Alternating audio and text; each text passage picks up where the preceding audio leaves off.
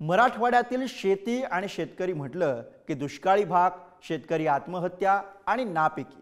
मात्र याच मराठवाड्यामधील एका ध्येयवेड्या शेतकऱ्यानं 1 एकर शेतीमध्ये वर्षाकाठी तब्बल 50 लाखापेक्षा अधिकचं उत्पन्न घेतलंय आणि सर्वांनाच धक्का दिलाय। महिन्याकाठी तब्बल 4.25 लाखांचं उत्पन्न घेणाऱ्या छत्रपती संभाजीनगरच्या अजय जाधव यांच्या मेहनतीची ही चांगली बातमी बघूया।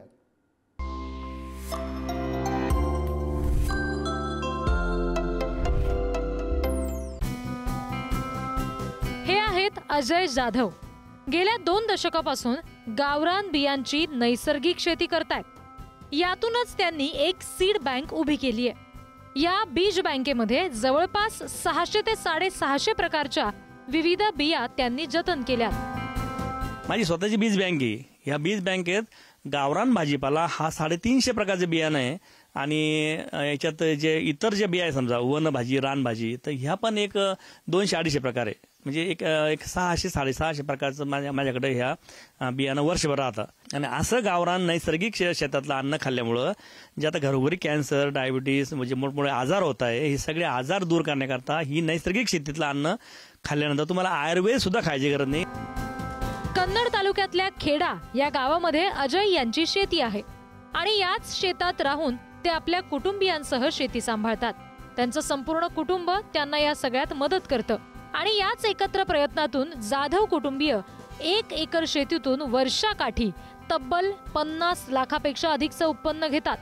म्हणजेच महिन्याला 4 ते 4.25 लाख रुपये कमावतात। एकीकडे लोक नोकरी करतात, बाकी समजा हे करतात ते करतात, तर त्याऐवजी शेती करणं हा खूप चांगलं आहे। समजा तर नोकरी करून होण्यापेक्षा शेती करून आपण आपलं स्वतः आपण त्या शेताचा आपण मालक हो। शेती केली, शेतीत जे उत्पन्न, मार्केटिंग स्किल समजा त्याचं व्यवस्थापन केलं, सगळं केलं, तर आपण 50 लाखापेक्षा जास्त आपण त्याचं उत्पन्न आपण 1 एकरामधून काढू शकतो।